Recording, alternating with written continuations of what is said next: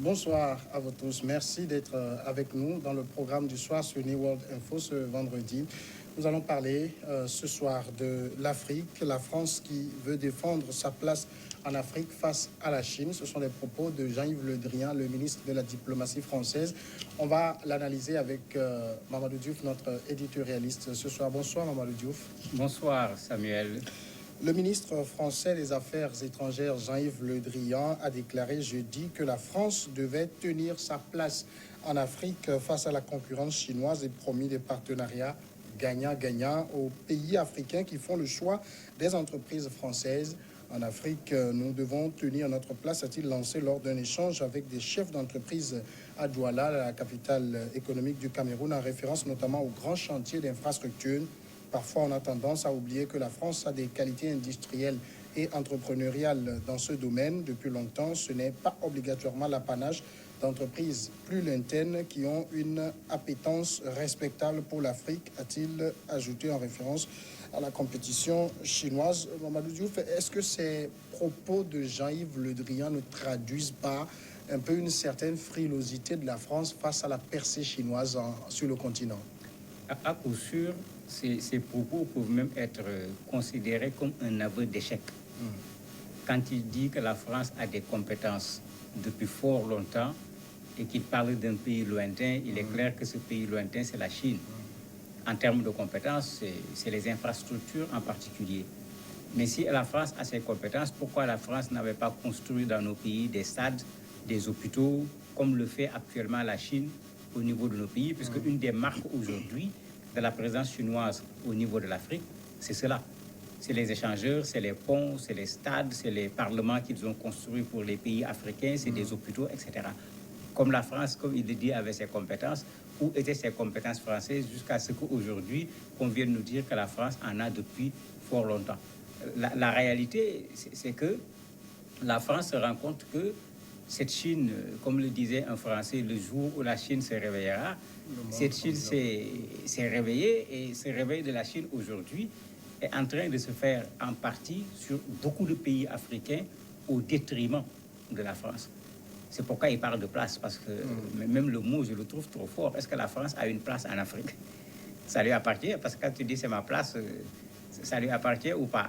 Non, c'était une collaboration. Si les Africains voient une autre collaboration qui est plus rentable que la collaboration française, bon, à moins qu'on ne soit encore soumis à la colonisation, je me dis que le bon sens voudrait qu'on aille vers la collaboration qui est plus profitable pour les Africains. Mais est-ce que la percée chinoise sur le continent signifie en même temps, et surtout pour les pays du précaré français, un recul des intérêts français? Presque automatiquement, il y a un recul des intérêts français. Je donne un exemple pour ceux qui ont un certain âge. Imaginez à l'époque les voitures dans nos pays. Toutes les marques étaient des marques françaises. Peugeot, Citroën, Renault, etc. Renault, on ne voyait même pas les autres voitures. Quand tu voyais une Cadillac ou bien une voiture russe, c'était vraiment de l'exception. Regardez le marché automobile chez nous aujourd'hui. Ce marché est dominé par quelle voiture? De la même manière, regardez comment les Chinois réussissent aujourd'hui à faire ce que la France faisait auparavant, venir rentrer dans le marché qui était d'habitude le marché d'État par la privatisation. Les Chinois rentrent aujourd'hui dans la privatisation dans nos grosses entreprises d'État, surtout en ce qui concerne les mines, l'énergie, les télécoms, etc. Alors que pendant longtemps, quand tu voyais ces structures, même si ça portait des noms africains, quand tu regardais le capital, c'était plutôt un capital français. Donc, effectivement, quand les Chinois s'installent, il y a la France qui se retrouve en situation de recul, parce que les Chinois, contrairement à ce que les gens croient, ils ne sont pas là que pour les matières premières. Ce n'est pas dans ce domaine seulement qu'ils sont là. Ils sont là également dans d'autres domaines où ils sont peut-être plus discrets, mais où ils sont également aussi efficaces que ce qu'ils font au niveau des matières premières. Alors, on sait aussi qu'il existe entre la France et plusieurs pays africains des accords préférentiels. Oui. Aujourd'hui, tout cela est menacé?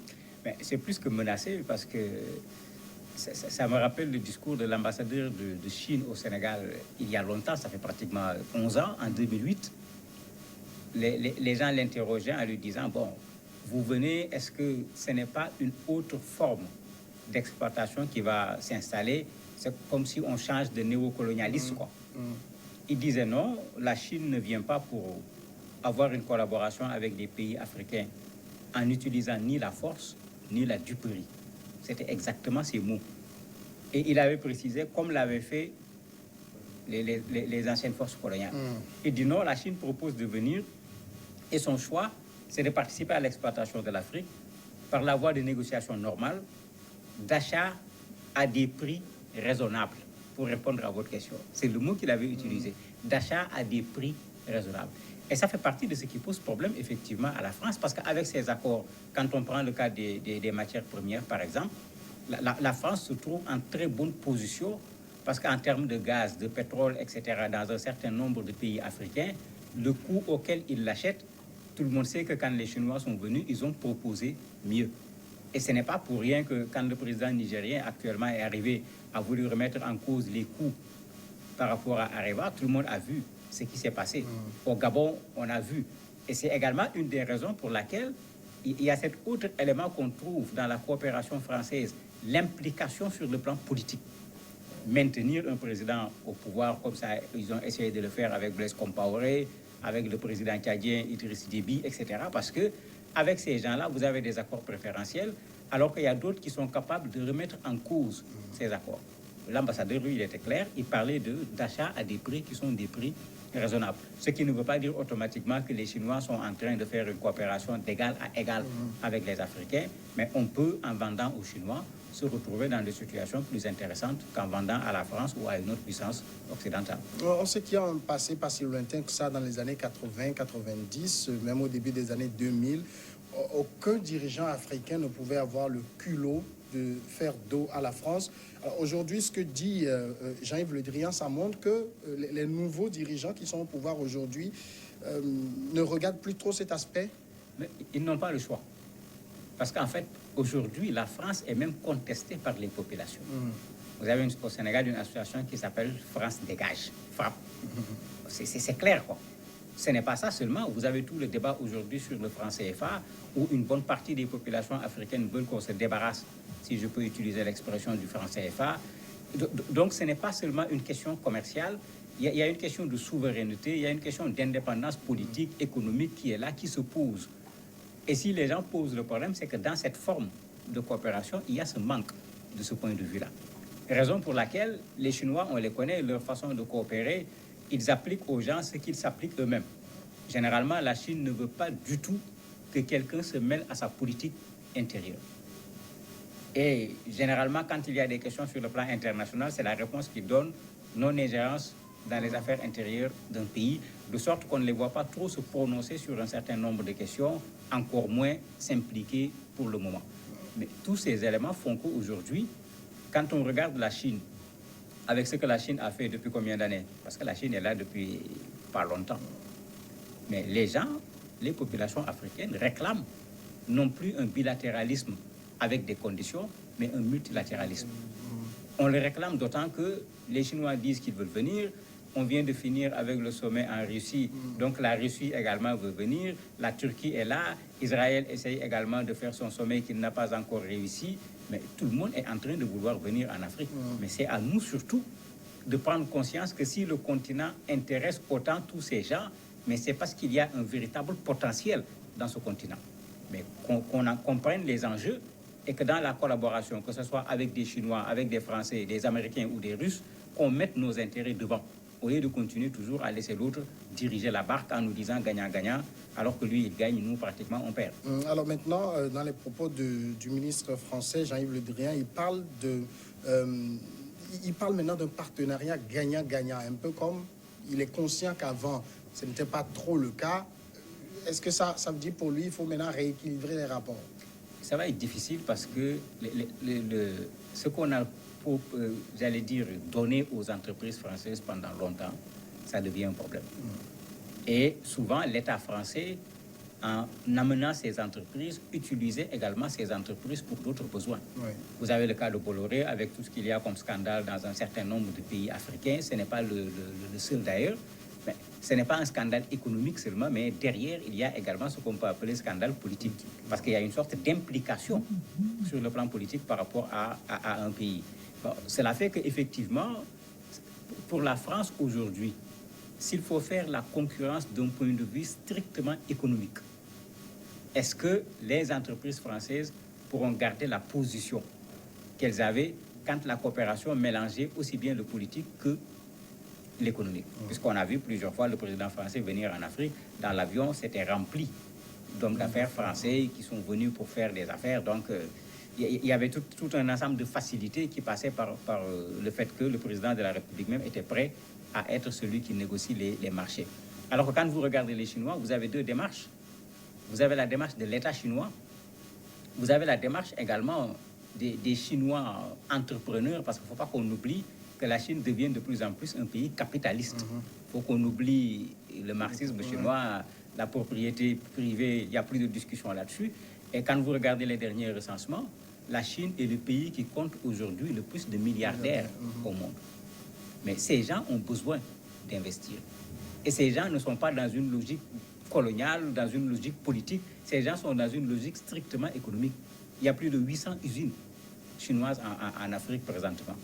Mais tous ces éléments font qu'il faut que la France descende sur ce terrain économique pour concurrencer la Chine et qu'on cesse de considérer qu'il y a quelque part un précaré français où la France a la priorité ou un avantage par rapport à tel ou tel autre pays. En même temps, plusieurs critiques, surtout venues de l'Occident, estiment que les pays dans lesquels la Chine investit aujourd'hui sont en train de s'endetter énormément. Ça rappelle un peu ce qui a conduit au programme d'ajustement structurel dans les années 80. Est-ce que ce n'est pas un scénario qui risque de se répéter dans cette relation Afrique-Chine? Oui, mais notre endettement qu'on n'a pas encore remboursé, on le doit à qui? On le doit à ces pays occidentaux.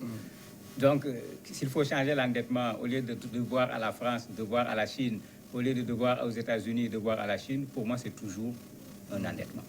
Maintenant, ce qu'il y a lieu de voir, c'est que les Africains eux-mêmes prennent leurs responsabilités pour que la première expérience d'endettement qu'on a eue, qui a effectivement créé d'énormes problèmes quand il a fallu rembourser, quand il a fallu rééchelonner la dette, qu'on ne rentre pas à nouveau dans ce système-là.